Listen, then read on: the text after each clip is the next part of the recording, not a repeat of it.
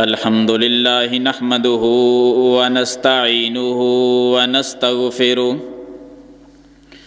ونعوذ بالله من شرور أنفسنا ومن سيئات أعمالنا من يهده الله فلا مضل له ومن يضلل فلا هادي له وأشهد أن لا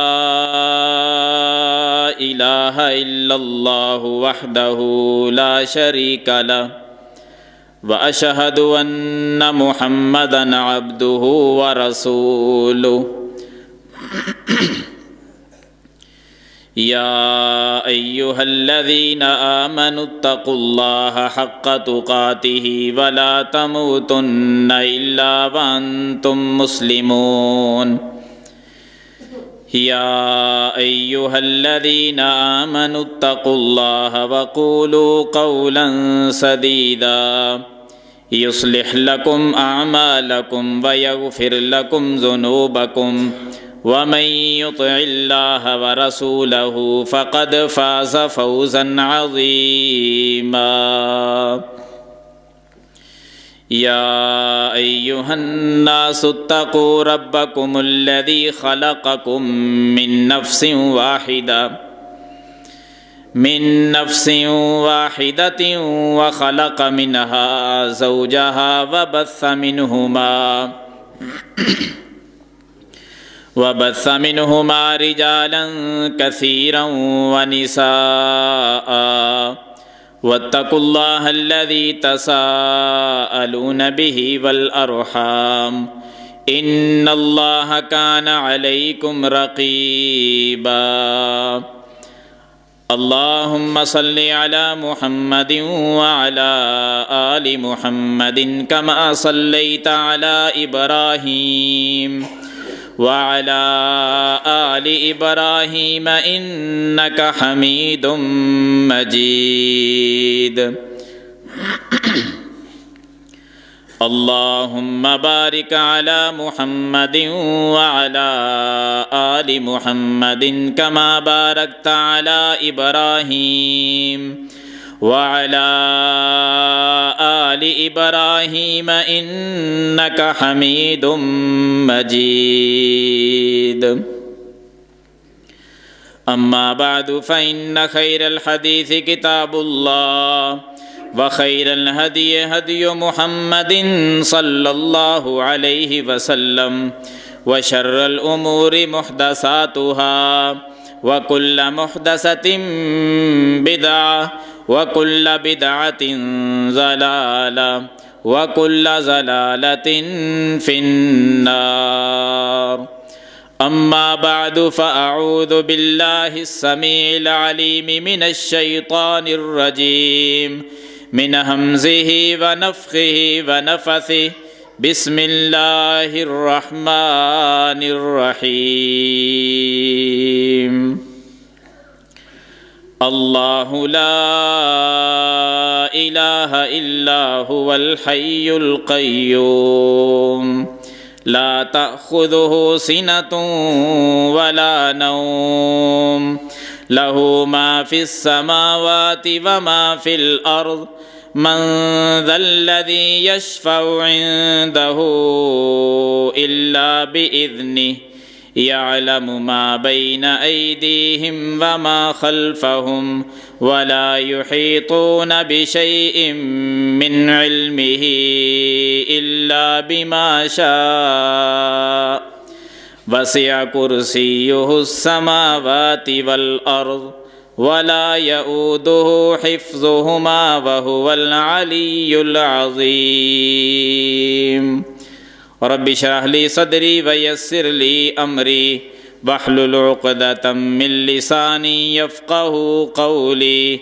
اللهم رب زدني علما اللهم رب زدني عملا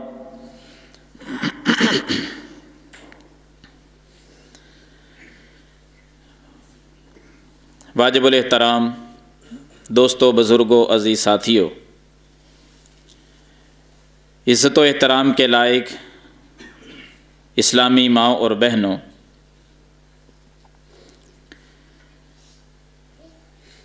آپ کے سامنے قرآن مجید فرقان حمید کی ایک آیت مبارکہ پڑھنے کی سعادت نصیب ہوئی ہے۔ اس آیت مبارکہ کو آیت الکرسی کے نام سے یاد کیا جاتا ہے۔ تو اسی آیت کریمہ یعنی آیت الکرسی کی روشنی میں آج کے خطبہ جمعۃ المبارک میں اللہ رب العالمین کی خاص توفیق سے، اس کے فضل و کرم سے میں 3 چیزیں آپ کے سامنے بیان کروں گا۔ پہلے نمبر پر آیت الکرسی کو اللہ رب العالمین نے جو مقام و مرتبہ عطا فرمایا ہے اس پر 2-3 باتیں، پھر مالک کائنات خالق ارض و سما نے اس آیت الکرسی میں جو کچھ بیان کیا ہے اس پر چند باتیں آپ کے سامنے ذکر کروں گا، اور تیسرے نمبر پر کہ جو شخص اس کے مقام و مرتبے کو پہچان کر جو کچھ اللہ رب العالمین نے اس میں بیان کیا ہے وہ عقیدہ بنا کر پھر اپنے انداز میں مختلف اوقات میں اپنی زبان پر آیت الکرسی کو جاری کرتا ہے، یعنی تلاوت کرتا ہے، پڑھتا ہے، اس بندے کے ساتھ پھر اللہ کی محبت کیسی ہوتی ہے۔ یہ 3 باتیں ہیں: آیت الکرسی کا مقام، مرتبہ، رفعت و بلندی اور اس کی فضیلت، اور دوسرے نمبر پر جو کچھ اللہ نے بیان کیا ہے وہ کیا ہے، تیسرے نمبر پر جو بندہ اس کو مان لیتا ہے پھر اس کو جو پڑھے گا اس کی فضیلت اللہ کے ہاں اور اس کا مقام و مرتبہ و بندے کا کیا ہوگا۔ آپ کی توجہ رہی تو انشاءاللہ بہت ہی اختصار کے ساتھ بہت جلد ہی آپ کو یہ تینوں باتیں سمجھ آ جائیں گی۔ مقام و مرتبے کے لحاظ سے آغاز کرتے ہیں۔ قرآن مجید کی کل سورتوں کی تعداد 114 ہے۔ اگر سورتوں کے اعتبار سے دیکھا جائے کہ کس سورت کو اللہ تعالیٰ نے تمام سورتوں سے فضیلت عطا فرمائی ہے تو سنن نسائی کی حدیث کی روشنی میں وہ سورۃ الفاتحہ کا نام سامنے آئے گا کہ 114 سورتوں میں سورۃ الفاتحہ کو جو مقام اللہ نے عطا فرمایا ہے وہ کسی اور سورت کو نہیں دیا۔ سب سے عظمت والی، فضیلت والی، مقام والی جو سورت ہے وہ سورۃ الفاتحہ ہے۔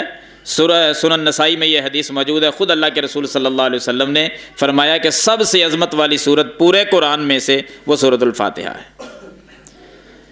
جب ہم آیات کی طرف دیکھتے ہیں کہ کل قرآن مجید کی جو آیات ہیں جن کی تعداد میں بھی لوگوں نے اپنے اپنے انداز میں بیان کر دی کہ آیات کی تعداد کتنی ہے، صحیح ترین جو بات ہے کہ قرآن مجید کی تمام آیات کی تعداد جو ہے وہ 6128 ہے۔ بعض نے 6666 کہا ہے، یہ غلط ہے۔ 6666 آیات نہیں ہیں قرآن مجید کی، 6128 آیات ہیں۔ ان تمام آیات میں سے جو سب سے عظمت والی آیت ہے وہ آیت الکرسی ہے۔ سورتوں میں سورۃ الفاتحہ اور آیات میں آیت الکرسی۔ یہ بات کہاں لکھی ہوئی ہے کہ آیت الکرسی تمام آیات سے سب سے افضل ہے؟ اب یہاں سے ہماری بات کا آغاز ہو رہا ہے کہ اللہ نے سورۃ الفاتحہ کو جو مقام دیا ہے وہ کتنا عطا کیا ہے، کس انداز میں دیا ہے۔ اس میں پہلی بات یہ ہے کہ پورے قرآن کی تمام آیات میں یہ آیت جو ہے نا آیت الکرسی، یہ سب سے عظمت والی ہے۔ یہ اللہ کی طرف سے مقام و مرتبہ ملا ہے آیت الکرسی کو۔ اب دلیل نوٹ کریں، صحیح مسلم کے اندر صحابی رسول سیدنا ابی بن کعب رضی اللہ تعالی عنہ، وہ اس حدیث کے راوی ہیں، خود اپنا واقعہ ذکر کرتے ہیں۔ فرماتے ہیں کہ ایک دن اللہ کے رسول صلی اللہ علیہ وسلم کے پاس تھا تو نبی علیہ الصلاۃ والسلام نے مجھے میری کنیت سے مخاطب کیا۔ نام ابی بن کعب ہے اور کنیت ان کی ابو منذر ہے۔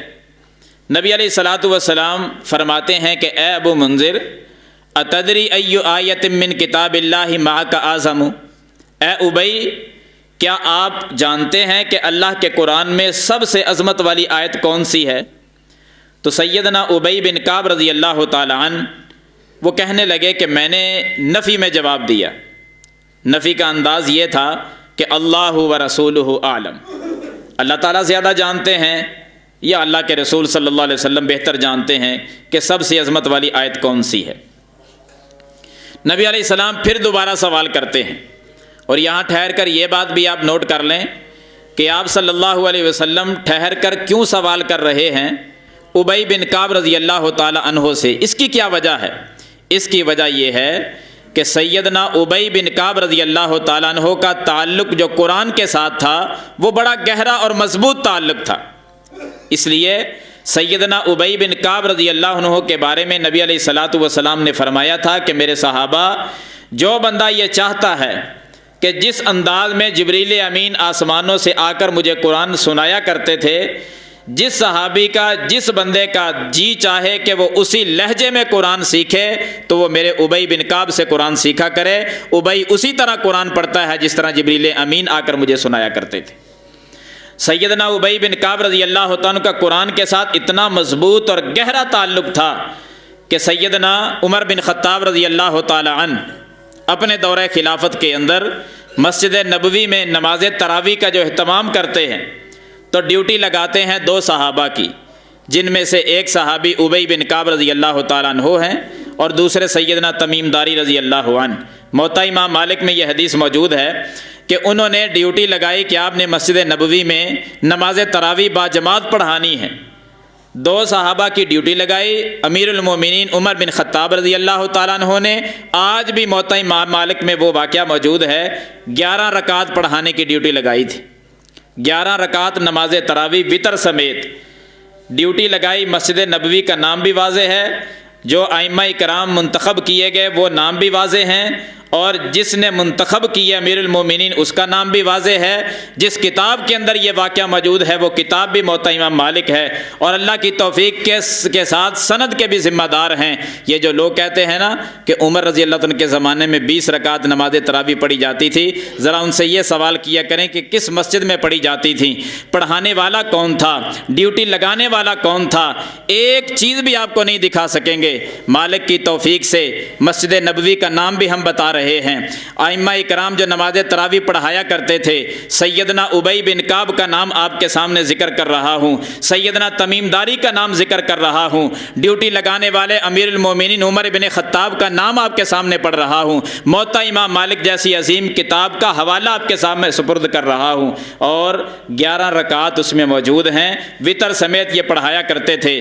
20 رکعت کا دعویٰ کرنے والے وہ اپنی اصلاح کر لیں، مسجد کا نام بھی نہیں ملے گا، امام کا نام نہیں ملے گا، ڈیوٹی لگانے والے کا نام نہیں ملے گا، کس مسجد میں پڑھی جاتی تھی 20 رکعت، کچھ بھی آپ کو نہیں ملے گا۔ اس لیے جو اتنی مجہول باتیں ہوں ان کو لے کر اس پہ عمل کرنا، ان کو چھوڑ دو۔ جو روز روشن کی طرح واضح ہوں ان کو اپنائیں اور اس پر عمل کریں۔ 11 رکعت نماز تراویح کو اپنائیں۔ یہ سیدنا ابی بن کعب رضی اللہ تعالیٰ عنہ کے ساتھ ایک محبت کا انداز ہے۔ سنت بھی یہی ہے۔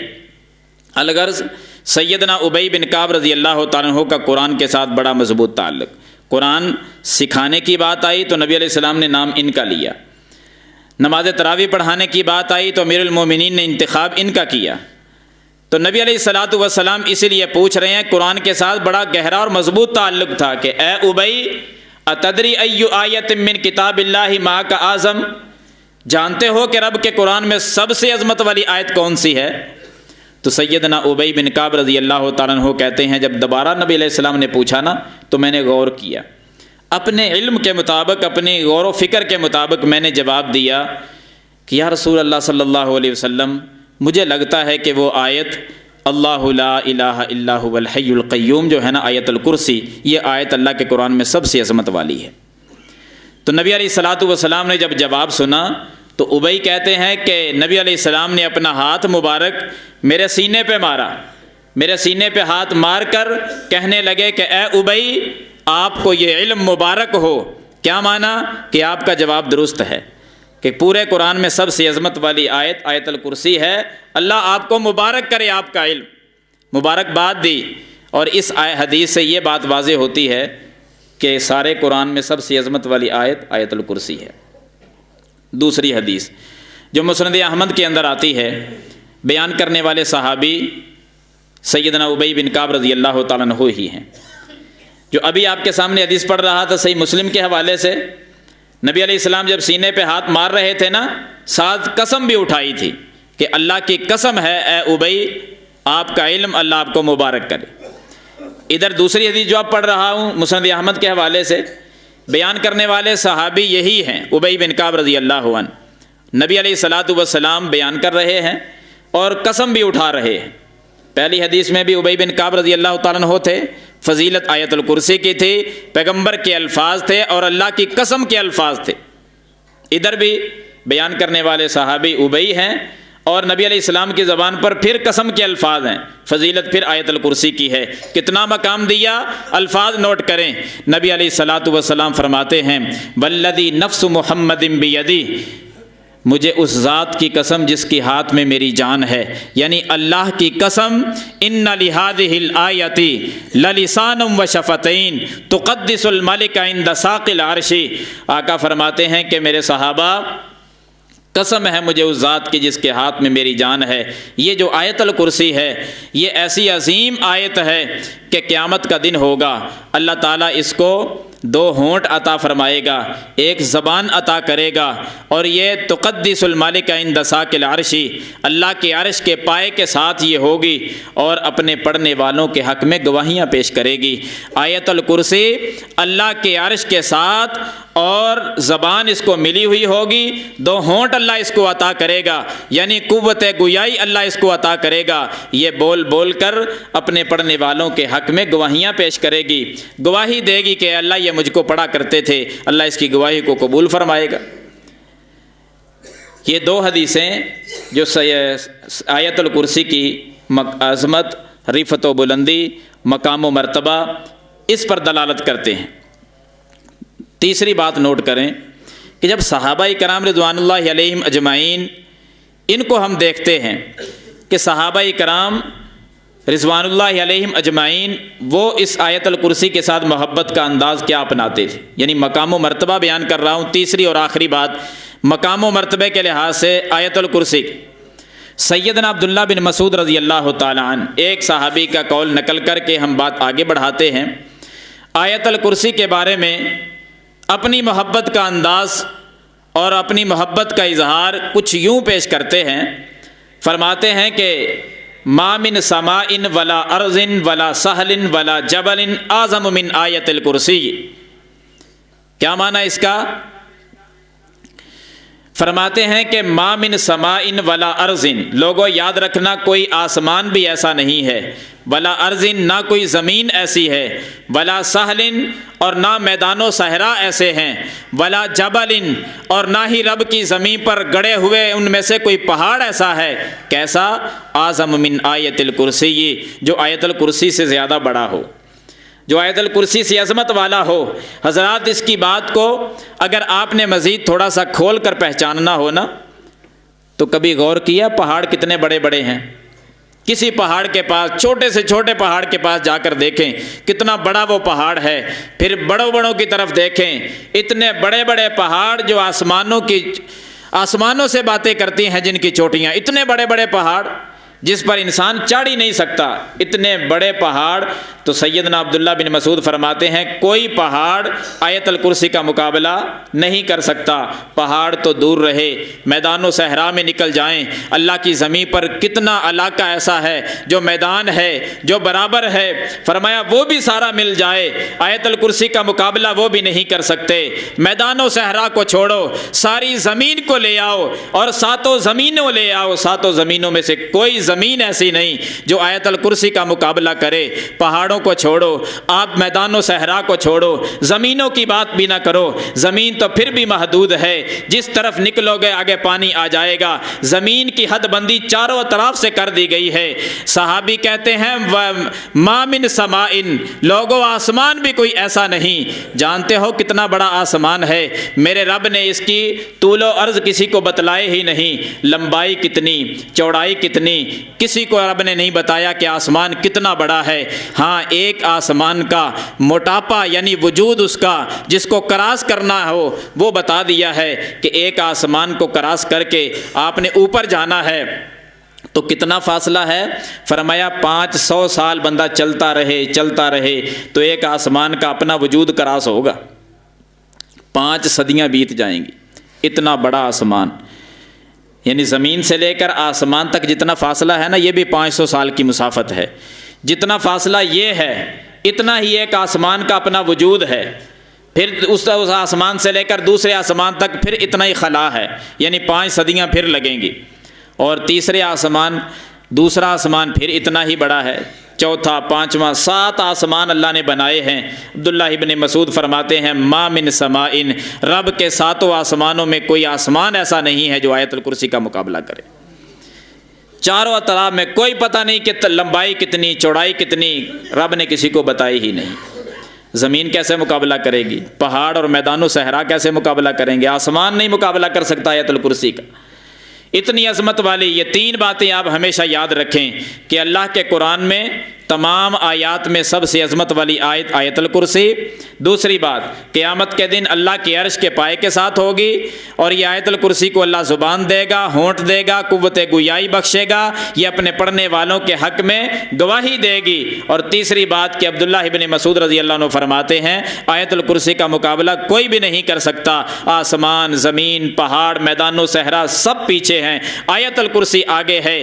اللہ نے بیان کیا کیا ہے اس آیت الکرسی میں، جس کو اتنا مقام دے دیا گیا، اتنی عظمت اور شان سے نوازا گیا، اس میں بیان کیا ہوا ہے حضرات؟ اس میں اللہ نے اپنا تعارف پیش کیا ہے، اس میں اللہ نے اپنی توحید کا اعلان کیا ہے۔ آیت الکرسی اول تا آخر اللہ کی توحید پہ دلالت کرتی ہے، اللہ کی وحدانیت پہ دلالت کرتی ہے، شرک و کفر کو دور کرتی ہے کہ اس آیت میں جو کچھ بیان ہوا ہے اس پر بندہ ایمان لے آئے۔ آغاز بھی اللہ نے اپنے صفاتی نام سے، ذاتی نام سے کیا ہے، اللہ لا الہ الا هو الحی القیوم۔ لفظ اللہ سے اس کا آغاز ہو رہا ہے، اور آگے اللہ تعالیٰ اپنا تعارف کرواتے ہیں، پھر اپنی پہچان پر اللہ دلائل پیش کرتے ہیں۔ اللہ، اللہ کون ہے؟ اللہ لا الہ الا ہو، جس کے علاوہ کوئی الہ نہیں، معبود برحق نہیں، وہی الہ ہے، وہی معبود برحق ہے، کوئی اس کا شریک نہیں۔ یہ اللہ تعالیٰ کا ایک دعویٰ ہے۔ اللہ کی نے اپنی پہچان کرواتے ہوئے پہچان میں ایک دعویٰ کیا کہ اللہ وہ ہے جس کا کوئی ثانی نہیں، کوئی شریک نہیں، وہ الہ ہے، کوئی دوسرا الہ نہیں۔ اب اس دعوے پر اللہ نے آگے دلائل پیش کیے۔ اللہ تعالیٰ ایک بھی دلیل نہ دینا تو اللہ کی بات ہی دلیل ہے، لیکن سمجھانے کے لیے، لوگوں کے ذہنوں کے قریب کرنے کے لیے ایک آیت کے اندر مالک نے 11 دلائل پیش کر دیے کہ اگر رب کی پہچان کرنی ہو، اللہ کو پہچاننا ہو، دنیا میں زندگی گزارنے والوں لوگوں، اگر تم نے اللہ کی پہچان کرنی ہو تو یہ دلائل ہیں، ان کو پڑھ لیا کرو، پھر غور کیا کرو کہ ماتھا کہاں ٹیکنا ہے، سجدہ کس کو کرنا ہے۔ ایک چھوٹی سی آیت جس کو ایک آیت ہم کہتے ہیں، اور ہے بھی ایک آیت، آیت الکرسی۔ عظمت کی طرف دیکھیں تو اللہ کی قسم بندہ حیران رہ جاتا ہے، اللہ تو نے اتنا کچھ بیان کر دیا۔ اگر اسماء کی طرف دیکھا جائے تو اللہ نے اپنے اسماء حسنی 5 اس ایک آیت میں بیان کیے ہیں۔ رب کی صفات کی طرف دیکھا جائے، میرے اللہ نے آیت الکرسی کے اندر 26 صفات ذکر کر دی ہیں۔ کلمات کی طرف دیکھا جائے تو اس ایک آیت الکرسی کے اندر 10 کلمات، اللہ نے 10 جملے رکھ دیے ہیں، 50 کلمات بیان کیے ہیں۔ حروف کی طرف نظر اٹھاؤ، 198 حروف ایک آیت کے اندر اللہ نے بیان کیے ہیں۔ اتنی عظمت والی آیت، 26 باری تعالیٰ کی صفات اپنے اندر سمائے ہوئے، 5 اسماء حسنی اپنے اندر لیے ہوئے، اور جو 50 کلمات پر مشتمل ہے، 10 جملوں پر مشتمل ہے، 200 کے قریب حروف پر مشتمل ہے۔ اتنی عظمت والی آیت، اللہ نے 11 دلائل توحید کے ذکر کر دیے۔ اللہ کے 11 دلائل کون سے ہیں؟ میں ایک ایک بات ذکر کر کے، تاکہ اختصار کے ساتھ وقت کو ملحوظ خاطر رکھتے ہوئے کچھ نہ کچھ آپ کے سامنے ذکر کر سکوں۔ پہلی دلیل اللہ کی کہ الہ کو اگر پہچاننا ہے، اپنے اللہ اور رب کی پہچان کرنی ہے، تو رب وہ ہوتا ہے جو الحی القیوم۔ یہ 2 دلیلیں اللہ کی، الحی القیوم۔ الہ وہ ہوتا ہے جو حی اور قیوم ہو۔ حی کس کو کہتے ہیں؟ جو ہمیشہ سے زندہ ہے اور ہمیشہ زندہ رہے گا۔ یہ صفت کس کے اندر ہے؟ کوئی کائنات میں کوئی ایسا لے آئیں، کوئی نام لیں کسی کا کہ جو ہمیشہ سے زندہ ہو اور اس نے ہمیشہ ہی رہنا ہو، کوئی نہیں ملے گا۔ الحی جو ہمیشہ سے ہے۔ اس دنیا کے اندر آپ کو پتہ ہے کہ کتنی کتنی عمر پانے والے لوگ بھی آئے۔ اس دور میں تو 50-60 سال عمر جس کو مل جائے وہ بڑا خوش نصیب ہے۔ 60-70 سال اس امت کی عمر ہے کل۔ نبی علیہ السلام نے فرمایا میری امت کی عمریں 60 سے لے کر 70 سال تک ہیں۔ اس سے زیادہ اگر کسی کو نصیب ہو جائے تو اللہ کی رحمت ہے۔ 60-70 سال ٹوٹل عمر بتلائی گئی امت محمدیہ کی۔ اس دنیا میں ہزار سال سے زیادہ زندہ رہنے والے لوگ بھی گزر گئے۔ نوح علیہ السلام کی زندگی کو پڑھو نا، 950 سال تو تبلیغ کرتے رہے، اور اللہ کی بغاوت کرنے والے بھی آئے۔ فرعون کو اللہ نے 500 سال عمر دی تھی، 500 سال زندہ رہ کر بھی وہی کچھ ہوا جو سب کے ساتھ ہوتا ہے، یعنی موت آ گئی۔ کوئی ہمیشہ کے لیے نہیں آیا، صرف ہمیشہ ایک اللہ کی ذات ہے جس کو الحی کہا جاتا ہے کہ وہ ہمیشہ زندہ ہے، ہمیشہ زندہ رہے گا۔ جب کسی کو یہ صفت لائق ہی نہیں، کوئی ہمیشہ ہے نہیں، کوئی ہمیشہ رہے گا نہیں، تو پھر اس کی عبادت کیسے ہو سکتی ہے؟ یہ اللہ کی صفت ہے کہ یہ 11 کی 11 صفات صرف ایک اللہ کی ہیں اور کسی کی نہیں۔ القیوم کو دیکھ لیں، جو سب کو قائم رکھنے والا ہے، اللہ ہی ہے جو قائم رکھنے والا، کوئی اور قائم نہیں کر سکتا۔ بے سہارا دنیا ہے، یہ کمزور ہے، دنیا کے اندر کوئی پائیداری نہیں، چاہے کوئی کتنا بڑا دعویٰ کرنے والا ہو۔ ہم مردوں کی بات نہیں کرتے، زندوں کی بات کرتے ہیں۔ آدمی زندہ ہو کیا کچھ کر سکتا ہے؟ کبھی زندہ انسان کی بے بسی تو دیکھ لیا کریں کہ جس کے سامنے ہم گھٹنے ٹیکتے ہیں، جس کی قبر پہ جا کے ہم ماتھا ٹیکتے ہیں، وہ بیچارہ جب زندہ تھا تو کس قدر بے بس تھا، وہ جب زندہ تھا تو کتنا کمزور تھا۔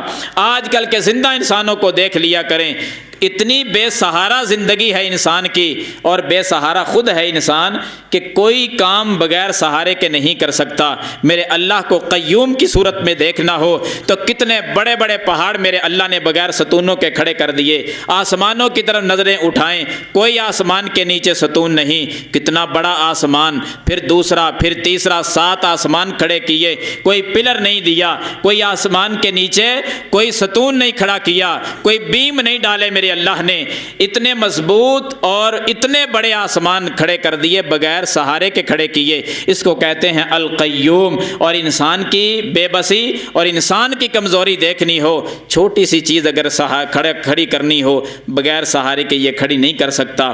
پورا گاؤں مل جائے نا، یہ ایک مائک ہے ہمارے سامنے، ہم نے اپنی آواز کو بلند کرنے کے لیے ایک مائک اپنے سامنے کھڑا کرنا تھا۔ دیکھ لو اس کے ساتھ ہم نے کیا حشر کیا، کتنا اس کے ساتھ سٹینڈ جو ہے وہ لگا دیا، کتنی اس کو ٹھہرانے کے لیے اس کو سپورٹ دے دی گئی، اور کیا کچھ کیا گیا۔ معمولی چیز ایک کھڑی کرنی ہو سہارے کے بغیر نہیں کر سکتے۔ یہ ایک چھت کی طرف دیکھیں، پنکھے کی طرف دیکھ لیں، کسی ایک چھوٹی سی چھوٹی چیز کی طرف آپ دیکھیں، اللہ کی قسم بغیر سہارے کے ہم کسی چیز کو نہیں کھڑا کر سکتے۔ جب بندہ مر جائے تو پھر سب کے لیے وہ سہارا بن جاتا ہے۔ پتھروں کو لوگ چاٹ رہے ہیں، درختوں کو اپنا الہ بنایا ہوا ہے، حتیٰ کہ جانوروں کو اپنا مشکل کشا سمجھے ہوئے ہیں۔ الحی القیوم، قیوم اللہ کی ذات ہے، اس نے سب کو روکا ہوا ہے، قائم کیا ہوا ہے۔ کبھی اللہ کو قیوم کی حالت صورت میں دیکھنا ہو تو زمین پر ہی نظریں دوڑا لیا کرو، نیچے بھی پانی ہے، چاروں اطراف میں پانی ہے، پانی پر اتنی مضبوط زمین کو ٹھہرا دیا۔ ہم تو عمارت بنائیں تو بنیادوں میں پانی چلا جائے تو دیواریں پھٹ جاتی ہیں، لینٹر نیچے گر جاتا ہے۔ اتنی بے سہارا دنیا، اور اسی رب نے زمین پانی پہ کھڑی کر دی، کچھ ہلنے نہیں دیتا، ایسا مضبوط کر دیا پہاڑوں کو گاڑ کر کہ انسان پہاڑوں کو دیکھ کے پریشان ہے۔ میرا رب جب اپنی قدرت دکھلاتا ہے تو پہاڑوں کو بھی ہلا دیتا ہے، اس مضبوط زمین پر بھی زلزلے کو برپا کر دیتا ہے۔ یہ ہے الحی القیوم۔ حضرات یہ 2 صفات اللہ کی، یہ کسی اور میں نہیں۔ ایک ایک صفت پر غور کرتے جائیں تو اللہ نے اتنا کچھ اس آیت کے اندر بیان کر دیا ہے کہ یہ صفات صرف ایک اللہ کی ہیں۔ اس کے بعد تیسری صفت اللہ کی اور تیسری دلیل اللہ رب العالمین آیت الکرسی میں فرماتے ہیں لا تأخذہ سنۃ ولا نوم۔ یہ صفت بھی کس کی ہے؟ اللہ کی، کہ اللہ کو نیند نہیں آتی، اونگ بھی نہیں آتی۔ زمانہ سارا سو جاتا ہے یا نہیں؟ دنیا کا ہر شخص سو جاتا ہے۔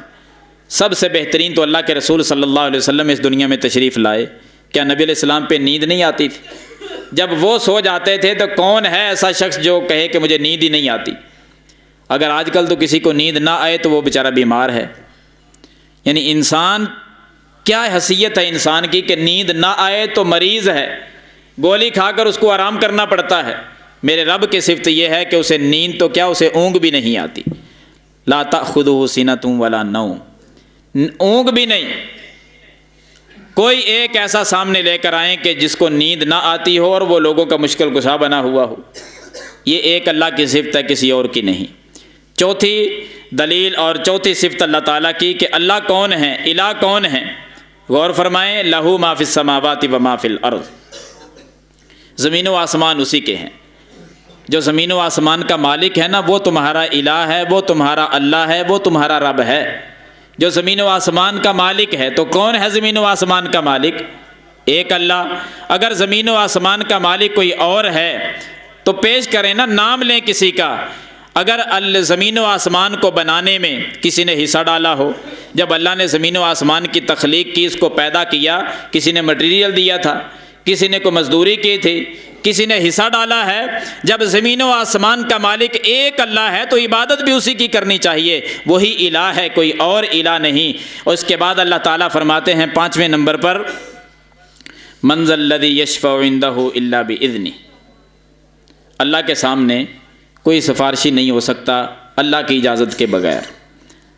اللہ کی اجازت کے بغیر کوئی شفاعت نہیں کر سکے گا، بول نہیں سکے گا۔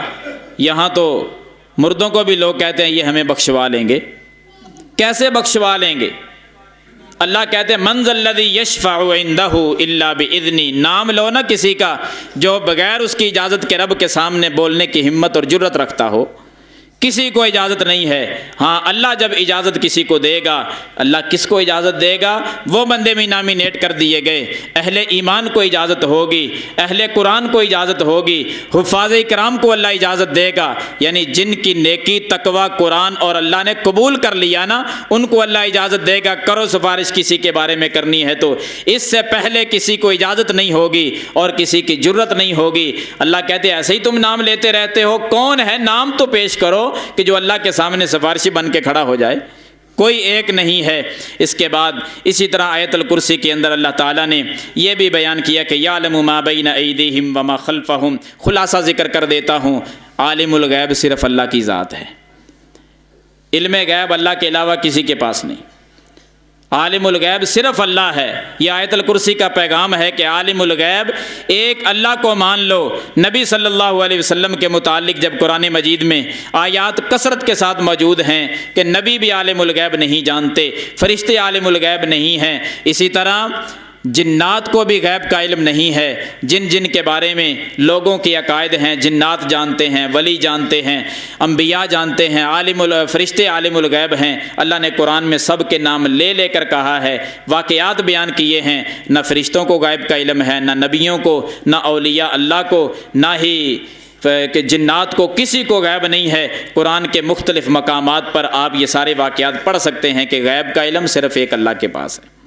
اور یہی آیت الکرسی میں اللہ نے اپنی صفت بیان کی ہے کہ کسی کا دعویٰ ہے تو لے آؤ سامنے، نام لو کہ کون عالم الغیب ہے۔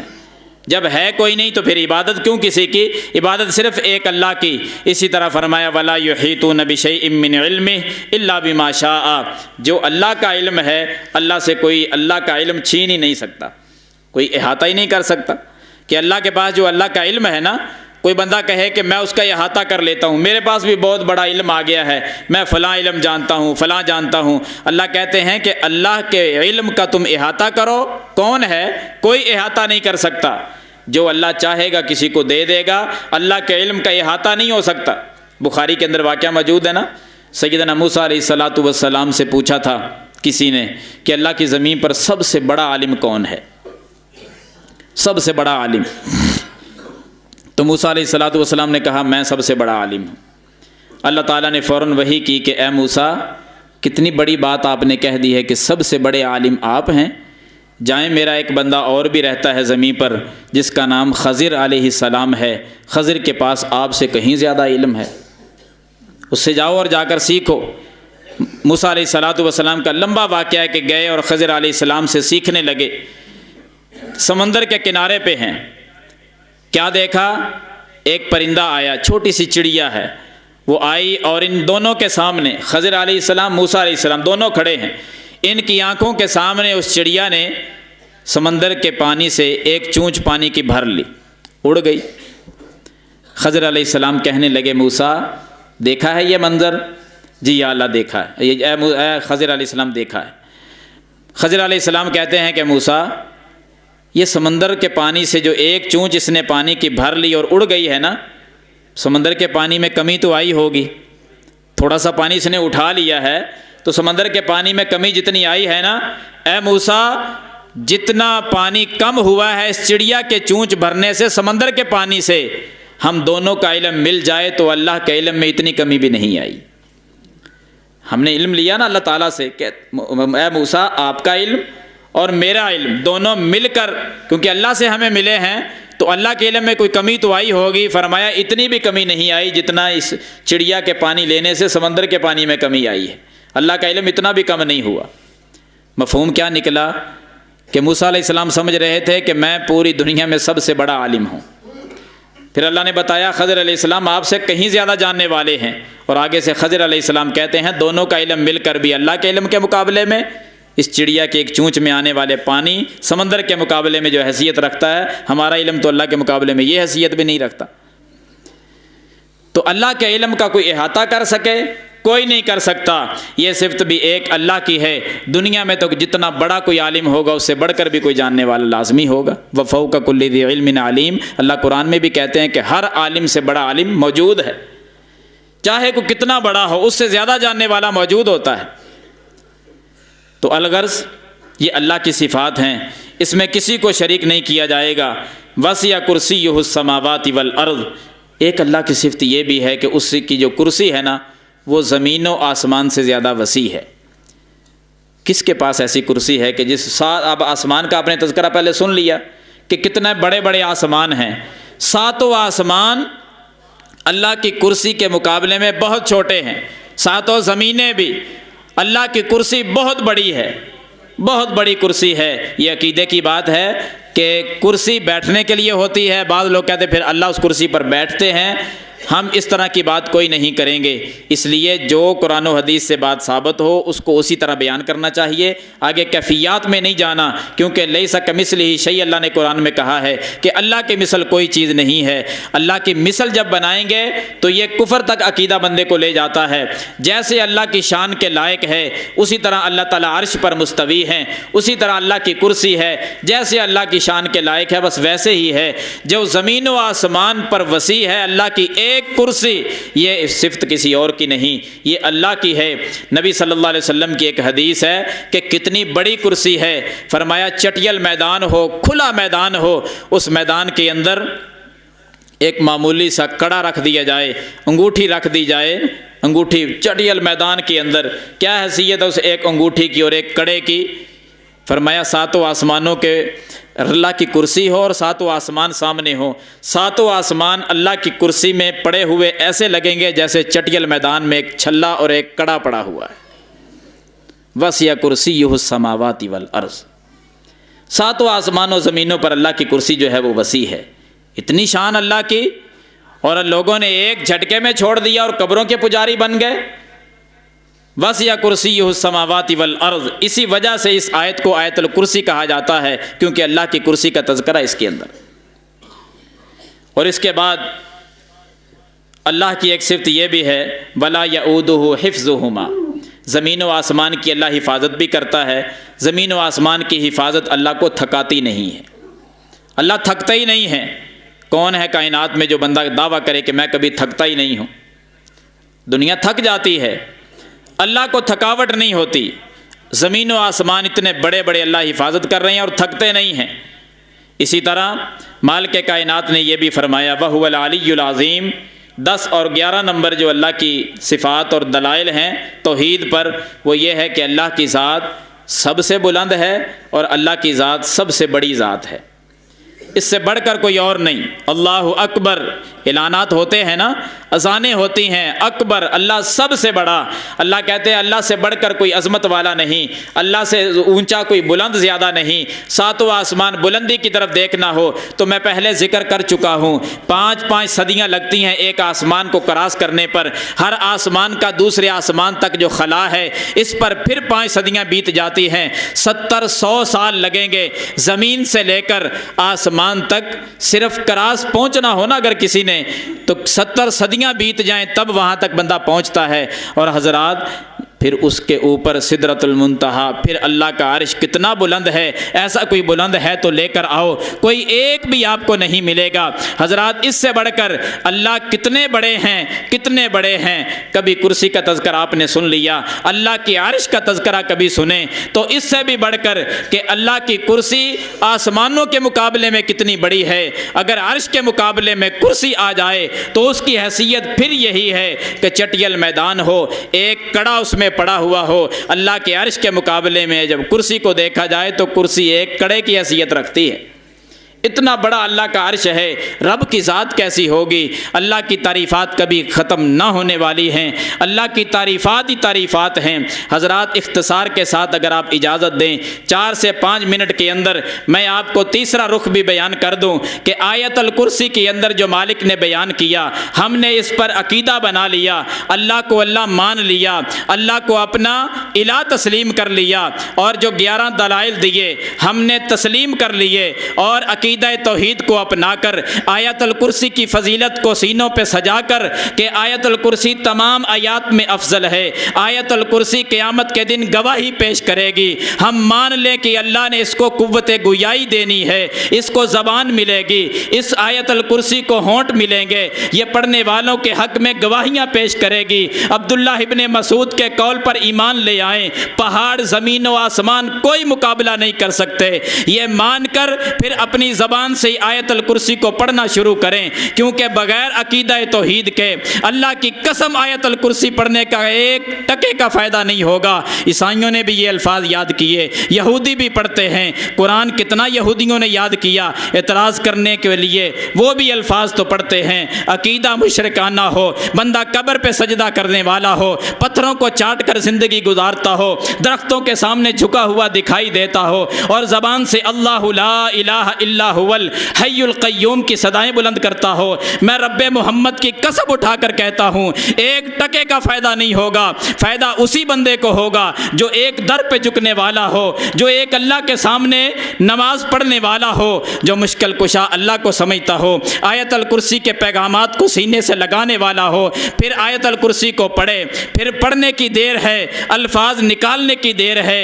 اے بندے تیرا جون سا مقام ہوگا، اے بندے تو جس جگہ پہ پڑھے گا تو انداز بدل کے پڑھ، تو جگہ بدل کے پڑھ، تو ٹائم کا تھوڑا سا فرق کر کے پڑھ، تو اپنی جگہ بدل، تو ٹائم بدل، الفاظ آیت الکرسی کے رکھنا، میرے رب کی طرف سے انعامات کی بارش دیکھنا، تو جگہ بدلے گا، رب انعام بدلے گا، تو ٹائم بدلے گا، اللہ محبت بدلے گا، پھر آیت الکرسی پڑھنے کا مزہ آئے گا۔ میں چند ایک باتیں ذکر کروں، آپ نماز فرض ادا کریں، کوئی بھی نماز ہو نا، فجر ظہر عصر مغرب عشاء یا نماز جمعہ، اس کے بعد نماز کے بعد آیت الکرسی پڑھتے ہیں۔ میرے رب کی محبت کا کبھی آپ نے اندازہ لگایا؟ آیت الکرسی سلام پھیرنے کے بعد اذکار جہاں دیگر بھی کرتے ہیں وہاں آیت الکرسی بھی پڑھ لیں، ایک یہ جگہ ہے۔ محبت کتنی اللہ کی سنیں، نبی رحمت صلی اللہ علیہ وسلم نے ایک حدیث میں فرمایا، امام حسن رضی اللہ تعالی عنہ اہل بیت کے چشم و چراغ بیان کرتے ہیں کہ نبی علیہ السلام فرمایا کرتے تھے،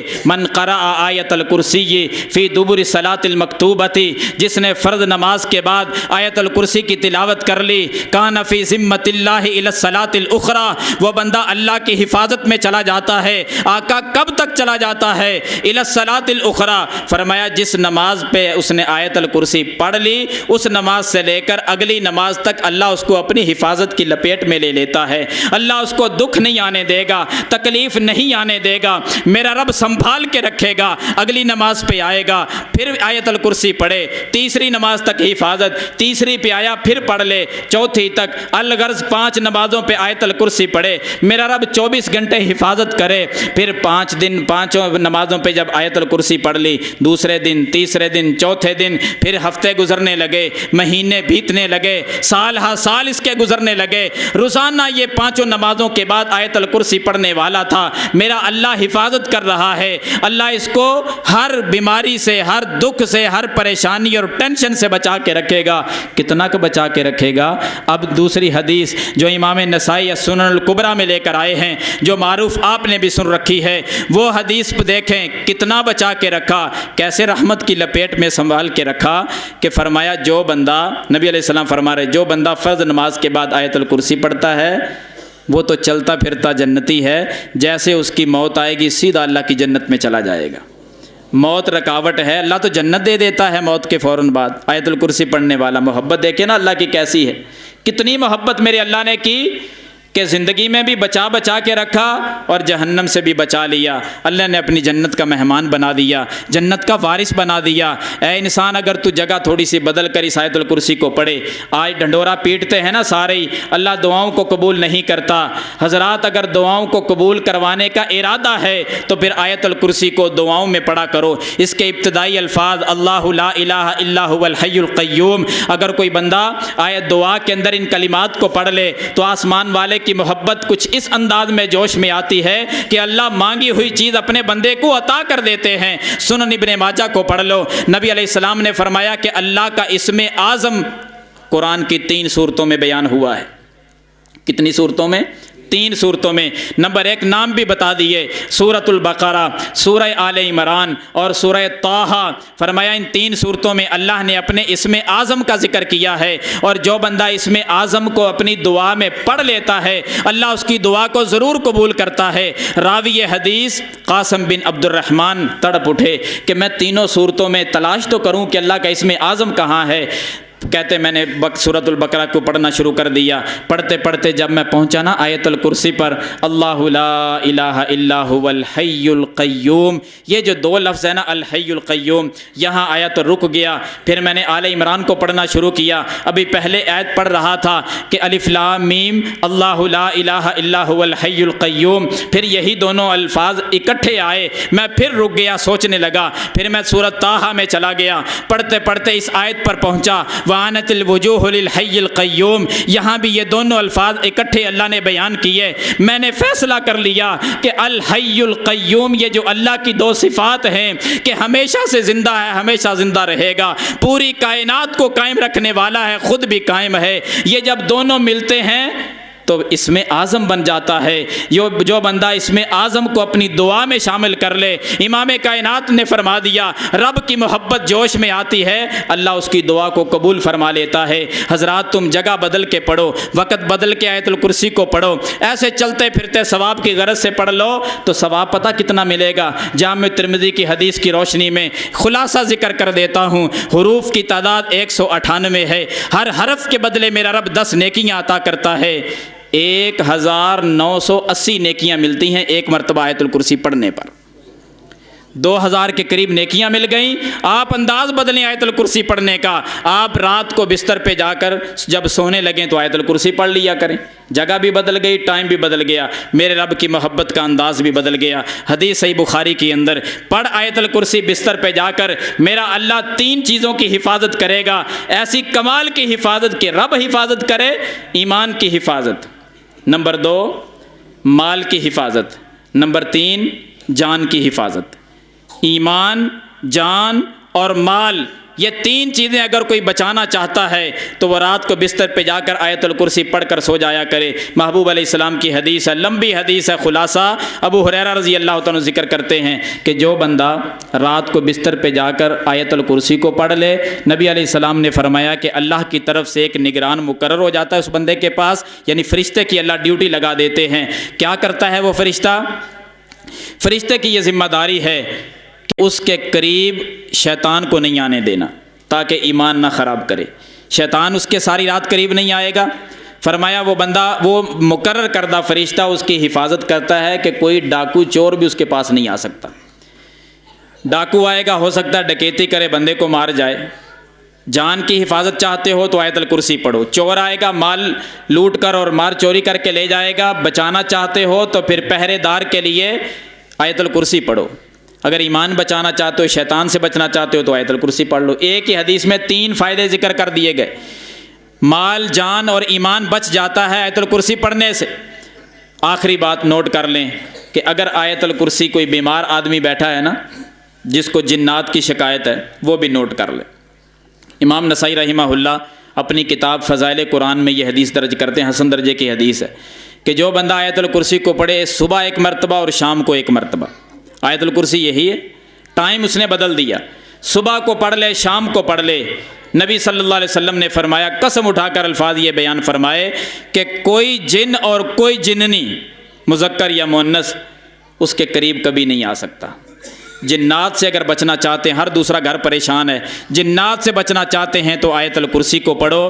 حضرات آیت الکرسی صبح شام پڑھو گے، جنات سے نجات مل جائے گی۔ اس آیت الکرسی کو رات بستر پہ جا کے پڑھو گے، جان، مال اور ایمان کی حفاظت ہو جائے گی۔ اسی آیت الکرسی کو ثواب کی غرض سے پڑھو گے، 2000 کے قریب نیکیاں مل جائیں گی۔ اسی آیت الکرسی کو دعا میں پڑھو گے، اللہ مانگی ہوئی چیزیں عطا کرتا چلا جائے گا۔ اسی آیت الکرسی کو نمازوں کے بعد پڑھو گے، اللہ تعالیٰ حفاظت کی لپیٹ میں لے لے گا، ہر قسم کی حفاظت کرے گا۔ جان کی حفاظت ہوگی، مال کی حفاظت ہوگی، ایمان کی حفاظت ہوگی۔ باہر حادثات کے زمانے ہیں، حادثات سے اللہ بچا کے رکھے گا۔ میرا اللہ سنبھال کے رکھتا ہے کس کو؟ جو آیت الکرسی کو پڑھتا ہے۔ اسی عمل کو جاری رکھیں، جاری رکھیں، جاری رکھیں۔ جب موت آئے گی سیدھا بندہ جنت میں چلا جائے گا۔